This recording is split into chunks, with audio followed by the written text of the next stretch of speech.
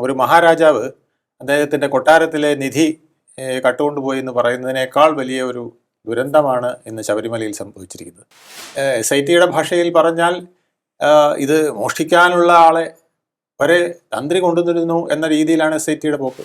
Devaswom board പ്രസിഡന്റിനെ മാറ്റുന്നത് പോലെ തന്ത്രിയെ മാറ്റാൻ ആചാര അനുഷ്ഠാനങ്ങൾ പ്രകാരം സാധ്യമല്ല.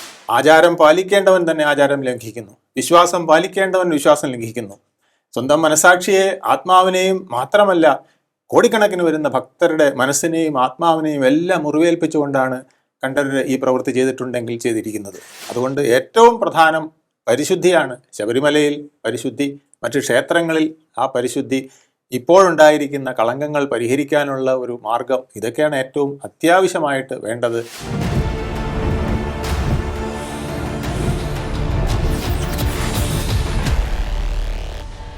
നമസ്കാരം, ടോക്കിംഗ് പോയിന്റിലേക്ക് സ്വാഗതം. ശബരിമല സ്വർണ്ണക്കൊള്ള കേസിൽ തന്ത്രി ഖണ്ഡരര് രാജീവരെ അറസ്റ്റ് ചെയ്തിരിക്കുകയാണ്. എങ്ങോട്ടാണ് ഈ കേസിന്റെ പോക്ക് പരിശോധിക്കാൻ നമുക്ക് നമ്മോടൊപ്പം ചേരുകയാണ് രാഷ്ട്രീയ നിരീക്ഷകൻ അഡ്വക്കേറ്റ് വേണുഗോപാൽ MS. നമസ്കാരം സർ, ടോക്കിംഗ് പോയിന്റിലേക്ക് സ്വാഗതം. ഈ അന്വേഷണം ഇത് ഞെട്ടിച്ചിരിക്കുകയാണ്, ഈ അറസ്റ്റ്. എന്താണ് ഈ കാര്യത്തിൽ അങ്ങേക്ക് പറയാനുള്ളത്? ഇത് അക്ഷരാർത്ഥത്തിൽ ഞെട്ടിച്ചിരിക്കുകയാണ്. കാരണം ഒരു മഹാരാജാവ് അദ്ദേഹത്തിൻ്റെ കൊട്ടാരത്തിലെ നിധി കട്ടുകൊണ്ടുപോയി എന്ന് പറയുന്നതിനേക്കാൾ വലിയ ഒരു ദുരന്തമാണ് ഇന്ന് ശബരിമലയിൽ സംഭവിച്ചിരിക്കുന്നത്. ശബരിമലയുടെ എല്ലാ പുണ്യങ്ങളുടെയും ആളായി നിൽക്കേണ്ട തന്ത്രി തന്നെ അവിടെ ഇത്തരത്തിലൊരു അവിഹിതത്തിന് കൂട്ടുനിന്നു എന്ന് SIT കണ്ടെത്തിയിട്ടുണ്ടെങ്കിൽ അത് വലിയ അപരാധം തന്നെയാണ്. അതെങ്ങനെ പരിഹരിക്കണം എന്നുള്ളത് ഇനി വരുന്ന കാലങ്ങളിൽ ആചാര്യന്മാർ കൂടിയിരുന്ന് ആലോചിച്ച് തീരുമാനിക്കേണ്ട അത്ര വലിയൊരു കാര്യമാണ്. എനിക്ക് തോന്നുന്നൊരു മഹാപരിശുദ്ധി യജ്ഞമോ എന്തെങ്കിലും ശബരിമലയിൽ നടത്തേണ്ടി വരും എന്നാണ് എനിക്ക് തോന്നുന്നത്. എനിക്ക് തോന്നുന്നു ഇപ്പോഴത്തെ ദേവസ്വം പ്രസിഡന്റും ശ്രീ K. ജയകുമാർ അടക്കമുള്ളവർ അതിനാണ് ചിന്തിക്കേണ്ടത്. എത്രയും പെട്ടെന്ന് ആ പരിശുദ്ധി നിലനിർത്തുന്നതിന്, ഈ അശുദ്ധികളെ മുഴുവൻ അടിച്ചു മാറ്റി അവിടെ പരിശുദ്ധി നിലനിർത്തുന്നതിന് ഒരു മഹായജ്ഞമോ യാഗമോ എന്താണ് സംഘടിപ്പിക്കേണ്ടതെന്ന് അതിൻ്റെ ബന്ധപ്പെട്ടവരാണ്, ആചാര്യന്മാരാണ് തീരുമാനിക്കേണ്ടത്. അത്തരത്തിലൊരു പരിശുദ്ധി വരുത്തിയില്ലെങ്കിൽ ലക്ഷക്കണക്കിന് കോടിക്കണക്കിന് വരുന്ന വിശ്വാസികളുടെ വിശ്വാസത്തിന് ഏൽക്കുന്ന വലിയ പോറലായിരിക്കും. നമ്മളെ ശ്വാസം നഷ്ടപ്പെട്ടാൽ ആ ആൾ മാത്രമേ നശിക്കുകയുള്ളൂ. പക്ഷെ വിശ്വാസം നഷ്ടപ്പെട്ടാൽ സകല വിശ്വാസികളും നശിച്ചു പോകും. അവർക്ക് ആശ്രയമില്ലാതായി പോകും, അവർ അശരണരായി പോകും. അത് വലിയൊരു വിപത്താണ്, പാപമാണ്. അതെങ്ങനെ പരിഹരിക്കണം എന്നുള്ളൊരു വലിയ പ്രശ്നത്തിലേക്കാണ് ദേവസ്വം ബോർഡും ശബരിമലയും ഒക്കെ ചെന്ന് ഇപ്പോൾ എത്തിയിരിക്കുന്നത്. അവിടെ ദേവന് ഇരിക്കാൻ കഴിയുമോ എന്ന് നമ്മൾ ചിന്തിക്കേണ്ടിയിരിക്കുന്നു. അയ്യപ്പൻ അവിടെ ഇങ്ങനെ ഇരിക്കണമെങ്കിൽ പോലും അവിടെ ഒരു പരിശുദ്ധി ആവശ്യമായ ഒരു കാലഘട്ടമായിരിക്കുന്നു എന്നാണ് നമ്മൾ ഇതെല്ലാം കാണിക്കുന്നത്. ഇത് പലരും പറയുന്നതനുസരിച്ചാണെങ്കിൽ തന്ത്രി അറിയാതെ അവിടെ എങ്ങനെ ഇത്തരത്തിലുള്ള കൊള്ള നടന്നു എന്നുള്ളതൊരു ചോദ്യം വരുന്നു. അതിന് പിന്നാലെയാണ് ഇപ്പോൾ മൊഴികൾ പലതും വന്നത്. പോറ്റിയെ അവിടെ ഇൻട്രൊഡ്യൂസ് ചെയ്തത് തന്ത്രിയാണ് എന്നാണ്. അപ്പോൾ ആ പോറ്റി പിന്നീട് അവിടെ നടത്തിയ കള്ളത്തരങ്ങൾ എല്ലാം ഇപ്പോൾ പുറത്ത് വന്നുകൊണ്ടിരിക്കുകയാണ്. അതുമായി ബന്ധപ്പെട്ട വാർത്തകളായും അന്വേഷണ സംഘം പുറത്തുവിട്ട റിപ്പോർട്ടുകളും ഒക്കെ തന്നെ വന്നുകൊണ്ടിരിക്കുകയാണ്. നമുക്ക് അതാണ് ഇപ്പോൾ അറിയാൻ കഴിയുന്നത്. ഒപ്പം തന്നെ ഈ തന്ത്രിയുടെ ഒത്താശയോടുകൂടിയാണ് ഈ പോറ്റിയെ അവിടെ സ്പോൺസറായി എത്തിച്ചതും എന്നും പറയുന്നുണ്ട്. അപ്പോൾ ഇതെല്ലാം തന്ത്രിക്ക് അറിയാമായിരുന്നു. തന്ത്രിയും പോറ്റിയും തമ്മിൽ വളരെ ശക്തമായ ബന്ധമായിരുന്നു എന്നാണ് ജീവനക്കാർ മൊഴി നൽകിയതെന്നാണ് പറയുന്നത്. ഇവിടെയാണ് ഞാൻ ഒന്നുകൂടി ചോദിക്കുന്നത്, ദൈവതുല്യരായവർക്ക് ഇതിൽ പങ്കുണ്ട് എന്ന് A. പത്മകുമാർ, മുൻ ദേവസ്വം ബോർഡ് പ്രസിഡന്റ്, പറഞ്ഞത്. അപ്പോൾ ഇത് എല്ലാവരും കൂടെ ചേർന്ന് നടത്തിയ ഒരു കൊള്ള എന്നതിലേക്കാണ് എത്തുന്നതെന്ന് തോന്നുന്നു, അല്ലേ? ഒരു വൻ കൊള്ള. അതിൻ്റെ നേതൃത്വം കൊടുത്തത് അതിൻ്റെ താക്കോൽ സ്ഥാനത്തിരിക്കുന്ന തന്ത്രി തന്നെ ആകുന്നു എന്ന് പറയുമ്പോൾ അതിൻ്റെ വ്യാപ്തി നമുക്ക് എത്ര പറഞ്ഞാലും തീരില്ല എന്നുള്ളതാണ്. അത് ഒരുപക്ഷെ ശബരിമലയെ നമ്മൾ എന്തൊക്കെയാണോ നമ്മൾ ശബരിയിൽ നിന്ന് പ്രതീക്ഷിച്ചിരിക്കുന്നത് അതിൻ്റെ എല്ലാം വിശ്വാസങ്ങളെയും അതിൻ്റെ എല്ലാ ശക്തിയെയും തകർക്കുന്ന വിധത്തിലുള്ള ഒരു പ്രവൃത്തിയായിപ്പോയി ഇപ്പോൾ നടന്നിരിക്കുന്നത്. അത് പരിശുദ്ധമാക്കിയെടുക്കുക ഒരു ക്ലേശകരമായ ഒരു യജ്ഞം തന്നെയാണ്. ആ യജ്ഞം ആര് ചെയ്യുമെന്നാണ് ആലോചിക്കേണ്ടത്. തന്ത്രി ഇപ്പോൾ ചെയ്തിരിക്കുന്ന പ്രവൃത്തികൾ SITയുടെ ഭാഷയിൽ പറഞ്ഞാൽ ഇത് മോഷ്ടിക്കാനുള്ള ആളെ വരെ തന്ത്രി കൊണ്ടുവന്നിരുന്നു എന്ന രീതിയിലാണ് SITയുടെ പോക്ക്. കാരണം ഈ ഉണ്ണികൃഷ്ണൻ പോറ്റിയെ തന്ത്രിയാണ് കൊണ്ടുവന്നത്, വളരെ വർഷങ്ങളായി അവിടെ നിർത്തി. ഇതെല്ലാം മാനുവൽ പ്രകാരവും എല്ലാം തെറ്റായ കാര്യങ്ങളിലാണ് ചെയ്തിരിക്കുന്നത്. അതെല്ലാം പലരും അനുവദിച്ചു കൊടുത്തു. ദേവസ്വം ബോർഡ് പ്രസിഡന്റ് അനുവദിച്ചു കൊടുത്തു, അംഗങ്ങൾ അനുവദിച്ചു കൊടുത്തു, അതെ. അവിടുത്തെ മേലുദ്യോഗസ്ഥന്മാർ ഒക്കെ അനുവദിച്ചു കൊടുത്തു. ഇതൊക്കെയാണ് ഇപ്പോൾ വന്നിരിക്കുന്നത്. അതുകൊണ്ടാണ് ഈ ഉദ്യോഗസ്ഥന്മാർ ഇത്രയും പേര്, ഏതാണ്ട് 12ഓളം വരുന്ന പ്രതികളിൽ ഉദ്യോഗസ്ഥന്മാർ, ദേവസ്വം ബോർഡ് 2 പ്രസിഡന്റുമാർ, അവരുടെ ആ കാലഘട്ടത്തിലെ മെമ്പർമാർ എല്ലാം ഇതിനകത്ത് ഉൾപ്പെട്ട് വന്നിരിക്കുന്നത് എന്നുള്ളതിന് കാണേണ്ടത്. അതെ, ഇതിപ്പോ ഈ തന്ത്രിയുടെ കാര്യത്തിലേക്ക് വരികയാണെന്നുണ്ടെങ്കിൽ അദ്ദേഹത്തിന് ഇനിയിപ്പോൾ ആ സ്ഥാനം നഷ്ടപ്പെടുന്ന ഒരു സാഹചര്യത്തിലേക്ക് കാര്യങ്ങൾ സ്വാഭാവികമായും എത്തില്ലേ? അതെ, അതിലേക്ക് എത്തണമെങ്കിൽ അതിന് ഒരുപാട് പ്രക്രിയകളുണ്ടെന്നാണ് പറയുന്നത്. കാരണം ദേവസ്വം ബോർഡ് പ്രസിഡന്റിനെ മാറ്റുന്നത് പോലെ തന്ത്രിയെ മാറ്റാൻ ആചാര അനുഷ്ഠാനങ്ങൾ പ്രകാരം സാധ്യമല്ല. അപ്പോൾ അത് പരമ്പരാഗതമായി അദ്ദേഹത്തിന് വന്നിരിക്കുന്ന ആ സ്ഥാനം ഒന്നുകിൽ അദ്ദേഹം അതെ മുറപ്രകാരം വന്നിരിക്കുന്ന ആ സ്ഥാനം ഒന്നുകിൽ അദ്ദേഹം ഒഴിഞ്ഞു മാറണം, അല്ലെങ്കിൽ പിന്നെ അന്യം വന്ന് ആരും മറ്റൊരാളില്ലാതെ വന്നാലേ പിന്നെ പുതിയൊരു തന്ത്രിയെ കണ്ടെത്താവൂ എന്നൊക്കെയാണ് നിയമം.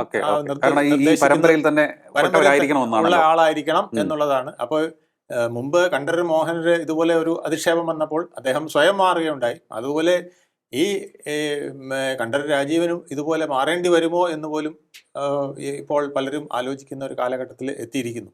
എന്തായാലും ഈ വിധത്തിൽ ഇത്തരത്തിൽ ശബരിമലയിൽ ഇനി ആചാരങ്ങൾ കൊണ്ടുപോകാൻ പറ്റാത്ത അവസ്ഥയായിരിക്കുന്നു. ആചാര ലംഘനം നടന്ന അതിൻ്റെ തുടർച്ചയായി വരുന്ന നിരവധി ആചാര ലംഘനങ്ങളാണ് ഇപ്പോൾ നമ്മൾ കണ്ടുകൊണ്ടിരിക്കുന്നത്. ആചാരം പാലിക്കേണ്ടവൻ തന്നെ ആചാരം ലംഘിക്കുന്നു, വിശ്വാസം പാലിക്കേണ്ടവൻ വിശ്വാസം ലംഘിക്കുന്നു.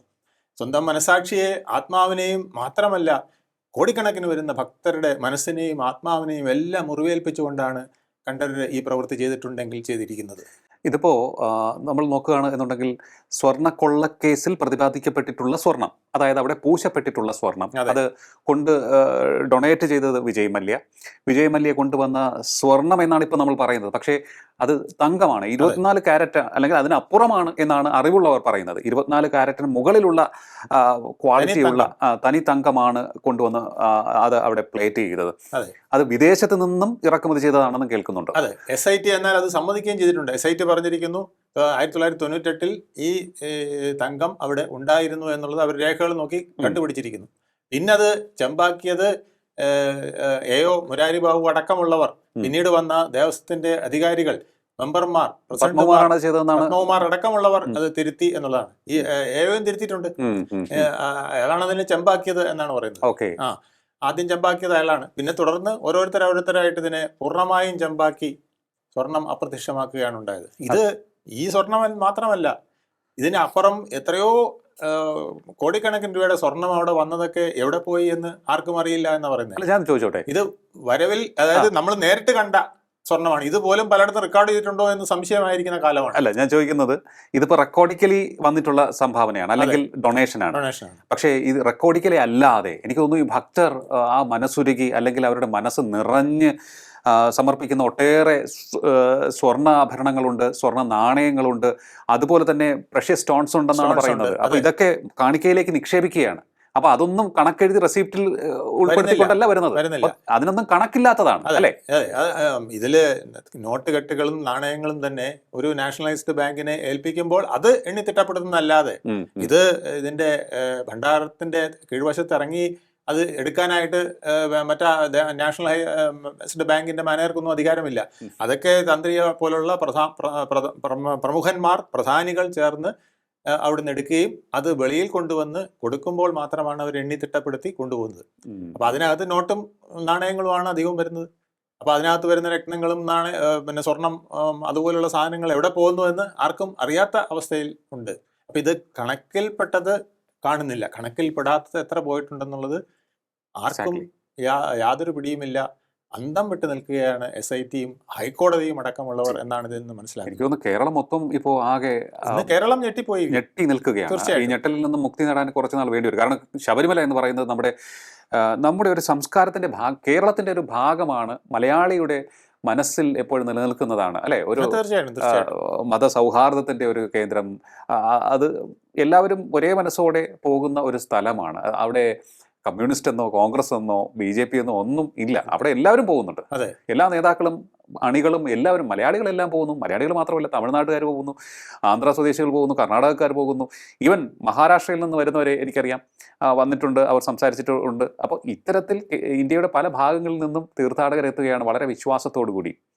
ഈ വിഷയത്തിൽ നമ്മളൊന്ന് ചിന്തിച്ചാൽ ചിലരൊക്കെ പറഞ്ഞു, ഞാൻ ഇന്നും സംസാരിച്ചു, അതായത് ഈ താന്ത്രിക വിദ്യയുമായി ഒക്കെ തന്നെ മുന്നോട്ട് പോകുന്ന, ക്ഷേത്രകർമ്മങ്ങളുമായി ഒക്കെ ബന്ധപ്പെട്ട് നിൽക്കുന്ന,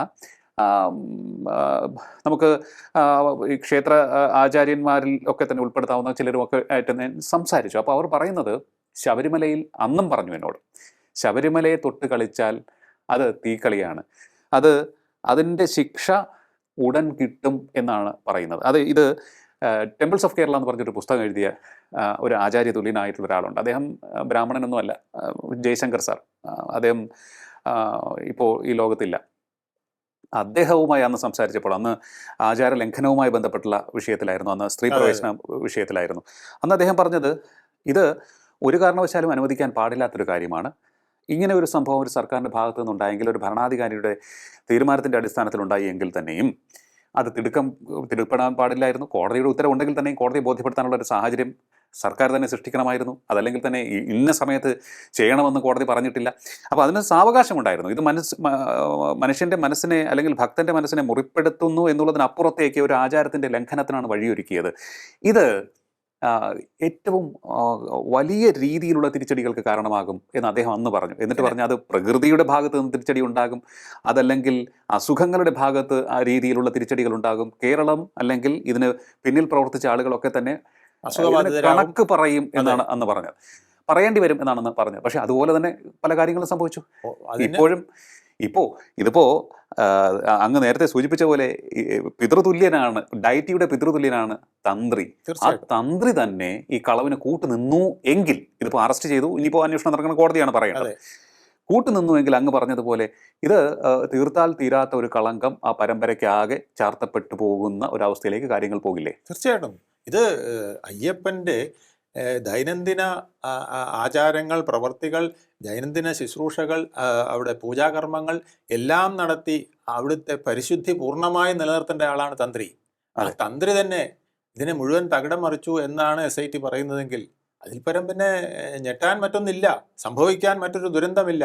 ഇത് എവിടെ കൊണ്ടെത്തിക്കും എന്നാണ് പല ആചാര്യന്മാരും പണ്ഡിതരും ചോദിക്കുന്നത്. ഈ വിധത്തിൽ പോയി കഴിഞ്ഞാൽ ഇതിനെ ഡയറക്റ്റായിട്ട് വന്നവർക്ക് മാത്രമല്ല, ഇൻഡയറക്റ്റ് ആയിട്ട് ഇതിനെ ബന്ധപ്പെട്ടവർക്ക് പോലും പാപമേൽക്കുന്ന വിധത്തിലുള്ള പ്രവൃത്തിയാണ് അവർ ചെയ്തത് എന്നാണ് ഇപ്പോൾ പല ആചാര്യന്മാരും മൂക്കത്ത് വിരൽ വെച്ച് പറഞ്ഞുകൊണ്ടിരിക്കുന്നത്. ഇതിന് എന്ത്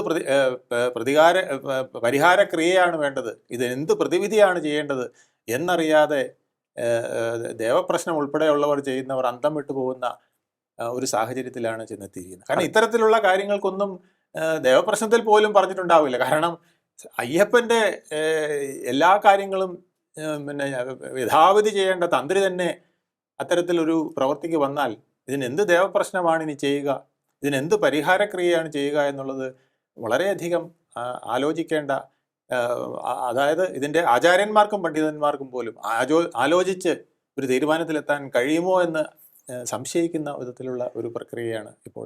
ഏതായാലും ഈ അറസ്റ്റോട് കൂടി കേസ് അന്വേഷണം ഒരു പ്രത്യേക ട്വിസ്റ്റിലേക്ക് എത്തിയിരിക്കുകയാണെന്ന് തോന്നുന്നു. ഇനിയിപ്പോൾ കൂടുതൽ അറസ്റ്റുകൾക്ക് സാധ്യതയുണ്ടോ എന്നൊരു സംശയം എൻ്റെ മനസ്സിലുണ്ട്. കാരണം ഇതിപ്പോൾ ഇവിടെ എത്തി, ഏറ്റവും പ്രധാനപ്പെട്ട ഒരു വ്യക്തിയിലേക്ക് എത്തി, ഇനി മുകളിലേക്ക് പോകാനുള്ള സാധ്യത ഇല്ല എന്ന് ചിലരൊക്കെ പറയുന്നുണ്ട്. അങ്ങനെ ഉണ്ടാകരുത്, ആരൊക്കെ ഉപ്പ് തിന്നിട്ടുണ്ടോ അവരെല്ലാം വെള്ളം കുടിക്കണം എന്നുള്ളതാണ് ചിലർ പറയുന്നത്. അതെ, അത് പലരും പറയുന്നുണ്ട്. ഇപ്പൊ ദൈവതുല്യർ എന്ന് പറഞ്ഞത് തന്ത്രി മാത്രമാണോ എന്ന് ചോദിക്കുന്നവരുണ്ട്. അപ്പോൾ അത് തന്ത്രിയിൽ കൊണ്ട് നിർത്താനാണോ തന്ത്രിയെ അറസ്റ്റ് ചെയ്തതെന്ന് ചോദിക്കുന്നവരും ഉണ്ട്. അപ്പൊ ഇത് പൂർണ്ണമായും ഇനിയും പിന്നെ തെളിയണമെങ്കിൽ അതിന്റെ അഭിപ്രായങ്ങൾ പൂർണ്ണമായും പത്മകുമാർ തന്നെ തുറന്നു പറയേണ്ടിയിരിക്കുന്നു. പത്മകുമാർ അത്രത്തോളം പറയുമോ എന്നുള്ളത് സംശയമാണ്. ഇനി വരാനിരിക്കുന്ന പല അറസ്റ്റുകളും നിന്നുപോയിട്ടുണ്ടോ എന്ന് പൊതുജനങ്ങൾ സംശയിക്കുന്നു. പ്രതിപക്ഷ കക്ഷികളൊക്കെ അതിനായിട്ട് ആരോപണം ഉന്നയിക്കുന്നു. ഇവിടെ അന്വേഷണം നിലച്ചുപോയി, ഇനി CBI വരണം എന്ന് പറഞ്ഞുകൊണ്ടിരിക്കുന്നു. ഈ സമയത്താണ് ED ഇന്ന് പ്രത്യക്ഷപ്പെട്ടിരിക്കുന്നത്. അന്വേഷണം ചാർജ് ഏറ്റെടുത്തിട്ടുണ്ട്. കാരണം വിദേശ ബന്ധമുണ്ട്, കള്ളപ്പണം വെളുപ്പിക്കൽ, ഇങ്ങനെയുള്ള കാര്യങ്ങളൊക്കെ അതിനകത്ത് കിടക്കുകയാണ്. അപ്പൊ അതുകൊണ്ട് EDക്ക് പ്രഥമദൃഷ്ട അവരൊരു അന്വേഷണം നടത്താതെ ഒരിക്കലും ED കേസിലേക്ക് കടക്കില്ല. അപ്പൊ ആ പ്രഥമദൃഷ്ടയുള്ള അന്വേഷണത്തിൽ അവർക്ക് എന്തൊക്കെയോ ബോധ്യപ്പെട്ടിട്ടുണ്ട്. ആ ബോധ്യപ്പെട്ടതിന്റെ വെളിച്ചത്തിലാണ് ED രംഗപ്രവേശനം ചെയ്തിരിക്കുന്നത്. മറ്റൊരു കാര്യം കൂടി ഞാൻ ചോദിച്ചോട്ടെ, ഇതിപ്പോ ഈ രജിസ്റ്ററിൽ രേഖപ്പെടുത്തിയിട്ടുള്ള സ്വർണത്തിന്റെ കൊള്ള, നമ്മൾ നേരത്തെ സംസാരിച്ചതുപോലെ അതല്ലാതെ കണക്കിൽപ്പെടാത്ത ഒട്ടേറെ സംഭാവനകൾ വരുന്നുണ്ട്, വിലമതിക്കാനാവാത്ത സംഭാവനകൾ ഉണ്ട് മറ്റൊക്കെ. അപ്പോൾ ഇത് ഇന്നോ ഇന്നലെ തുടങ്ങിയതാകാനുള്ള സാധ്യതയുമില്ല അല്ലേ? തീർച്ചയായിട്ടും തന്ത്രി അല്ല. പോലും ഇതിൽ ഇൻവോൾവ് ആണെങ്കിൽ അതെ, അദ്ദേഹം മെല്ലെ മെല്ലെ മെല്ലെ ആയിരിക്കണം. അതെ, അതെ. കാരണം ഇത്തരത്തിൽ ആ ഒരു സ്ഥാനത്തിരിക്കുന്നയാളിന് അത്ര പെട്ടെന്ന് അങ്ങ് ഇത്തരത്തിലുള്ള കൊള്ളയ്ക്ക് കൂട്ടുനിൽക്കാൻ സാധിക്കുമോ എന്നുള്ളതാണ് എൻ്റെ ഒരു സംശയം. അല്ല, അത് തീർച്ചയായിട്ടും അങ്ങനെ തന്നെയാണ്. പക്ഷെ തന്ത്രി ഇപ്പൊ പറയുന്നത് ഞാൻ ഇത് അഴിച്ചു വെച്ച് അവിടെ വെച്ച് പണിയാനേ പറഞ്ഞിട്ടുള്ളൂ, അല്ലാതെ മദ്രാസിലേക്ക് ഒന്നും കൊണ്ടുപോകാൻ ഞാൻ പറഞ്ഞിട്ടില്ലെന്നാണ് പറയുന്നത്. പക്ഷെ പറഞ്ഞിട്ടില്ലെങ്കിലും അങ്ങനെ കൊണ്ടുപോകുമ്പോൾ തന്ത്രി ഇതിൽ ഇടപെടണ്ടേ? തടയണമായിരുന്നു. തന്ത്രി ഇത് തടയണ്ടേ? അല്ലെങ്കിൽ തന്ത്രി അവിടെ വന്ന് ബഹളം വെക്കണ്ടേ? എന്നിട്ട് ഇത് നാട്ടുകാരെ മുഴുവൻ അറിയിക്കണ്ടേ? അപ്പൊ തന്ത്രിയുടെ മൗനം അതിൽ സൂചിപ്പിക്കുന്നത് എന്താണ്? ഇത് താഴെ എടുത്തു വെക്കാൻ പറഞ്ഞു, എടുത്തു വെക്കാൻ പറഞ്ഞവൻ എടുത്തുകൊണ്ട് അങ്ങ് പോവുകയാണെങ്കിൽ അതിന് തന്ത്രി പിന്നെ നോക്കി നിന്നാൽ മാത്രം മതിയോ? സ്വാമിയെ ശരണയ്യപ്പ എന്ന് വിളിച്ച് നോക്കി നിന്നാൽ മതിയോ? അതുപോലും വിളിച്ചിട്ടില്ല എന്നുള്ളതാണ് സത്യം. അപ്പോ ആ അർത്ഥഗർഭമായ മൗനം തന്ത്രി എന്തുകൊണ്ട് നടത്തി? അത് പ്രധാനപ്പെട്ടതാണ്. അതുകൊണ്ടാണ് SIT ഇപ്പോൾ തന്ത്രിയിൽ കൂടെ പിടി വീണിരിക്കുന്നത്. അല്ലെങ്കിൽ ഒരിക്കലും തന്ത്രിയിലേക്ക് അങ്ങനെ പെട്ടെന്ന് എത്താൻ വഴിയില്ലാത്തതാണ്. ഇത് തീർച്ചയായിട്ടും SITക്ക് വളരെ വ്യക്തമായ ചില തെളിവുകൾ കിട്ടിയിട്ടുണ്ട്. അല്ലെങ്കിൽ ഏറ്റവും അയ്യപ്പനോട് തുല്യമായി നിൽക്കേണ്ട ഒരു പിന്നെ മനുഷ്യനായ ദൈവമാണത്. അത് കഴിഞ്ഞ് മനുഷ്യരിൽ അയ്യപ്പനോട് ഏറ്റവും അടുത്ത് നിൽക്കുന്ന ആളാണ് തന്ത്രി. ആ തന്ത്രിയെ അറസ്റ്റ് ചെയ്യാനുള്ള സാഹചര്യം SIT ഉണ്ടാക്കി എന്ന് പറഞ്ഞാൽ SITക്ക് അത്ര വലിയ തെളിവുകൾ ഉണ്ടായിരിക്കണം. കാരണം അത്ര എളുപ്പമൊന്നും, കാരണം ഇത് വളരെ സെൻസേഷണൽ ആയിട്ടുള്ള ഒരു വിഷയമാണ്. അത് ഒരിക്കലും അങ്ങനെ ചെയ്യില്ല. അത് മാത്രമല്ല, ജനം ഞെട്ടി ധരിച്ചില്ലേ? അതെ, ഈ അയ്യപ്പനെ എൻ്റെ ക്ഷേത്രത്തിൽ വന്നവരും വരാത്തവരുമായ കോടിക്കണക്കിന് ജനങ്ങൾ ഇന്ന് അക്ഷരാർത്ഥത്തിൽ ഞെട്ടിയിരിക്കുകയാണ്. ഇതാണ് ഭക്തിയുടെ മറവിലെ ചൂഷണം എന്ന് വേണമെങ്കിൽ നമുക്ക് പറയാം. ഭക്തിയുടെ മറവിലെ വഞ്ചന, കൊടിയ വഞ്ചനയാണ്. വിശ്വാസ വഞ്ചനയ്ക്ക് ഞാനതിൽ ഒരു ടാഗ് കൂടി ചേർക്കുന്നു. ഇനിയിപ്പോ എന്തായാലും നമ്മൾ സൂചിപ്പിക്കുന്നു, അറസ്റ്റ് നടന്നുവെങ്കിൽ അത് തീർച്ചയായിട്ടും വ്യക്തമായ തെളിവുകളുടെ അടിസ്ഥാനത്തിലായിരിക്കും. അദ്ദേഹത്തിന്റെ സ്ഥാനം വെച്ച് നോക്കുമ്പോൾ ഇനി സംശയത്തിന്റെ അടിസ്ഥാനത്തിലാണ് എന്നുണ്ടെങ്കിൽ തന്നെയും അതുകൊണ്ടാണ് ഞാൻ ഒരു ടാഗ് ചേർക്കുന്നത്, അദ്ദേഹം കുറ്റക്കാരനാണ് എങ്കിൽ. മറ്റൊന്ന്, ഇങ്ങനെയൊക്കെ പോവുകയാണെന്നുണ്ടെങ്കിൽ ചിലരൊക്കെ സൂചിപ്പിക്കുന്ന പോലെ കേരളത്തിലെ നല്ല വരുമാനമുള്ള ക്ഷേത്രങ്ങളുടെയൊക്കെ കാര്യവും ഇത് തന്നെ ആകില്ലേ എന്നാണ് പലരും ചോദിക്കുന്നത്. അയ്യപ്പന്റെ ക്ഷേത്രം എന്ന് പറയുന്നത് അവിടെ ഹൈക്കോടതിയുടെ നേരിട്ടുള്ള നിയന്ത്രണത്തിലും മേൽനോട്ടത്തിലും നടക്കുന്ന ഒരു സ്ഥാപനമാണ്. അതുകൊണ്ടാണ് അവിടെ ഇത് നടന്നിട്ടുണ്ടെങ്കിൽ വെറും ശാന്തിക്കാരനും പോറ്റിയും ദേവസ്വം ബോർഡിലെ എക്സിക്യൂട്ടീവ് ഓഫീസറോ സ്പെഷ്യൽ ഓഫീസറോ ഒക്കെ ആയിട്ടും, സ്പെഷ്യൽ ഓഫീസർ അവിടെ ഇല്ല, എക്സിക്യൂട്ടീവ് ഓഫീസറോ മറ്റുള്ളവരുമായിട്ട് മാത്രം നടന്നിക്കുന്ന മറ്റു പല സ്ഥാപനങ്ങളിലെയും എന്തെല്ലാം നഷ്ടപ്പെട്ടിരിക്കാം, എന്തെല്ലാം നശിച്ചു പോയിരിക്കാം, എന്തെല്ലാം അടിച്ചുകൊണ്ട് പോയിരിക്കാം. ഇവിടെ എൻ്റെ ഒരു സംശയം, മുൻപ് ഈ പഴയ പാത്രങ്ങൾ, ചെമ്പ് പാത്രങ്ങളൊക്കെ തന്നെ മാറ്റുവാൻ ഒരു ഓർഡർ കൊണ്ടുവന്നിരുന്നു. പിന്നീട് അത് തടസ്സപ്പെട്ടു എന്നാണ് കേൾക്കുന്നത്. അല്ലെങ്കിൽ അതുമായി ബന്ധപ്പെട്ടുള്ള കാര്യങ്ങൾ, ഈ പഴയ പാത്രങ്ങൾ മാറ്റി പുതിയത് കൊണ്ടുവരിക, പഴയത് മറ്റെവിടേക്കെങ്കിലും മാറ്റണം അല്ലെങ്കിൽ മറിച്ച് വിൽക്കുക എന്നുള്ള അതിലും കുറേയേറെ തിരിമറിക്കുള്ള സാധ്യതയുണ്ടായിരുന്നു. അതിലും വഴിതേടലാണ്. കാരണം അവിടെ ആന്റിക് സാധനങ്ങൾ, അതായത് സ്വർണത്തെക്കാൾ അമൂല്യ വിലയുള്ള ആന്റിക് സാധനങ്ങൾ നിരവധിയുണ്ട്. ഒരു ചെറിയ സ്പൂണാവാം, ചെമ്പിലോ പിത്തളയിലുള്ള ഒരു സ്പൂണാവാം, അതിന് സ്വർണത്തെക്കാൾ വിലയുണ്ട്. അപ്പോൾ അവിടെയുള്ള കിണ്ടി, വിളക്ക്, അതുപോലെ തന്നെ പല വിഗ്രഹങ്ങൾ, അതുപോലെ പല പാത്രങ്ങൾ, ഇങ്ങനെ സ്വർണത്തിന്റെ നെല്ല് വരെ ഉണ്ടെന്നാണ് പറയുന്നത്. അതെ, അതുകൂടി ഞാൻ പറയാം. അതായത് ഈ ശ്രീ പത്മനാഭസ്വാമി ക്ഷേത്രത്തിന്റെ നിലവറയും തുറന്ന് പരിശോധിക്കുമ്പോൾ ആ ടീമിൽ ഉൾപ്പെട്ട ഒരാൾ ആണ് പറഞ്ഞത്, എൻ്റെ ഒരു സുഹൃത്തിനോട് പറഞ്ഞതാണ്, ചാക്കിൽ കെട്ടിവെച്ച സ്വർണ്ണ നെല്ല്, ആ ചാക്ക് ദ്രവിച്ചു പോയിട്ട് അതവിടെ വീണ് കിടക്കുകയാണ്. അപ്പൊ അതിനൊക്കെ ചൂല്, അതുപോലെ വാഴക്കൊല, ഇതൊക്കെ എത്രയോ കാലങ്ങൾക്ക് മുൻപ് പണിത് വെച്ചതാണ്. ഇതൊക്കെ എത്രയോ ക്യാരറ്റ് ആയിരിക്കണം, നല്ല ഹൈ ക്വാളിറ്റി സ്വർണം കൊണ്ട് പണ്ട് നിർമ്മിച്ചു വെച്ച സാധനങ്ങളായിരിക്കണം. അതുപോലെ തന്നെ പ്രഷ്യസ് സ്റ്റോൺസ്, അതൊക്കെ തന്നെ ഡയമണ്ട്സ് ഉൾപ്പെടെയുള്ള പ്രഷ്യസ് സ്റ്റോൺസ് അവിടെ ഉണ്ട് എന്നുള്ളതാണ് കേൾക്കുന്നത്. അപ്പോൾ അവിടെയും സുപ്രീം കോടതിയുടെ ഇടപെടൽ ഉള്ളത് കൊണ്ട് അത് അവിടെ ഇരിക്കുന്നു എന്നാണ് ചിലരൊക്കെ പറയുന്നത്. തീർച്ചയായിട്ടും. കാരണം ഇതൊക്കെ നൂറ്റാണ്ടുകൾ മുമ്പ് നമ്മുടെ മഹാരാജാക്കന്മാർ വളരെയധികം ലോഭിച്ച് ജീവിച്ചുകൊണ്ട്, അച്ചടക്കത്തോടെ ജീവിച്ചുകൊണ്ട്, തനിക്ക് ആവശ്യമുള്ളത് മാത്രം ഖജനാവിൽ നിന്നെടുത്ത് ബാക്കി മുഴുവൻ വരുന്ന തലമുറയ്ക്ക് വെച്ചിരുന്നത് കൊണ്ടാണ് ഈ സാധനങ്ങൾ ഇവിടെ നിൽക്കുന്നത്. ഇന്ന് അങ്ങനെയല്ല. അടുത്ത 10 തലമുറയ്ക്കും കൂടെ ഉള്ളത് നമ്മുടെ ഖജനാവിൽ നിന്നെടുത്ത് ഇപ്പോഴത്തെ ഭരണാധികാരികൾ തന്നെ തീർത്തുകൊണ്ടിരിക്കുന്ന ഒരു കാലഘട്ടത്തിലാണ് നമ്മൾ പോകുന്നത്. അപ്പോൾ ആ പഴയ മഹാരഥന്മാർ ഇങ്ങനെ സൂക്ഷിച്ചു വെച്ചിരുന്ന നിധി ഇപ്പോൾ യാതൊരു കണ്ണും വീക്ഷണവുമില്ലാതെ കൊണ്ടുപോകുമ്പോൾ അത് നമ്മൾ അതിനെ കൊള്ളയെന്ന് വിളിച്ചാൽ മതിയോ, അല്ലെങ്കിൽ മനസാക്ഷിക്കൊള്ള എന്ന് പറഞ്ഞാൽ മതിയോ? എന്ത് പറഞ്ഞാൽ അത് തീരും എന്നുള്ളതാണ്. ഇനിയിപ്പോൾ ഒരു കാര്യം കൂടി എനിക്ക് ചോദിക്കാനുള്ളതെന്ന് വെച്ചാൽ, ഇനിയിപ്പോൾ ഇദ്ദേഹം മനസ്താപം കൊണ്ട് ഈ തന്ത്രിസ്ഥാനം ഒഴിയുകയാണ് എന്നുണ്ടെങ്കിൽ, എന്തായാലും അദ്ദേഹത്തിൻ്റെ പരമ്പരയിലെ അടുത്ത തലമുറക്കാരൊക്കെ ഉണ്ട്. അവരൊക്കെ വളരെ സാത്വികരായിട്ടുള്ളവരുമുണ്ട് എന്ന് തന്നെയാണ് അറിവുള്ളവർ പറയുന്നത്. ഇപ്പോൾ തന്ത്രി കണ്ഠരര് മോഹനരുടെ മകനാണെങ്കിൽ തന്നെയും വളരെ മിടുക്കനാണ്, പ്രഗത്ഭനാണ്, സാത്വികനാണ്. ഈ താന്ത്രിക വിദ്യയും മന്ത്രവിദ്യയും ഒക്കെ തന്നെ, പൂജാവിധികളും ഒക്കെ തന്നെ ഏറ്റവും ടെക്നിക്കലി ഏറ്റവും ക്വാളിഫൈഡ് ആയിട്ടുള്ള ഒരാളാണ് എന്നാണ് പറയുന്നത്. അപ്പോൾ അത്തരത്തിലുള്ളവരുണ്ട് ഈ തന്ത്രി പരമ്പരയിൽ. അപ്പോൾ അവരിലേക്ക് പോകുമായിരിക്കും അല്ലേ? പോകണം, പോയി നല്ലത് വരണം എന്നാണ് ആഗ്രഹിക്കുന്നത്. പണ്ടൊരു ചൊല്ലുണ്ട്, ഈ മഹാലക്ഷ്മി പോലും ചിലപ്പോൾ നശിച്ചു പോകുന്നത് അത്ര കെട്ട സ്ഥലങ്ങളിൽ പോയാൽ പരിശുദ്ധി നിലനിർത്താൻ പറ്റാത്ത അവസ്ഥ വന്നാൽ എന്ത് ചെയ്യും? അതുകൊണ്ട് ഈ പരിശുദ്ധി കെട്ട സാഹചര്യം ആദ്യം മാറ്റുകയാണ് വേണ്ടത്.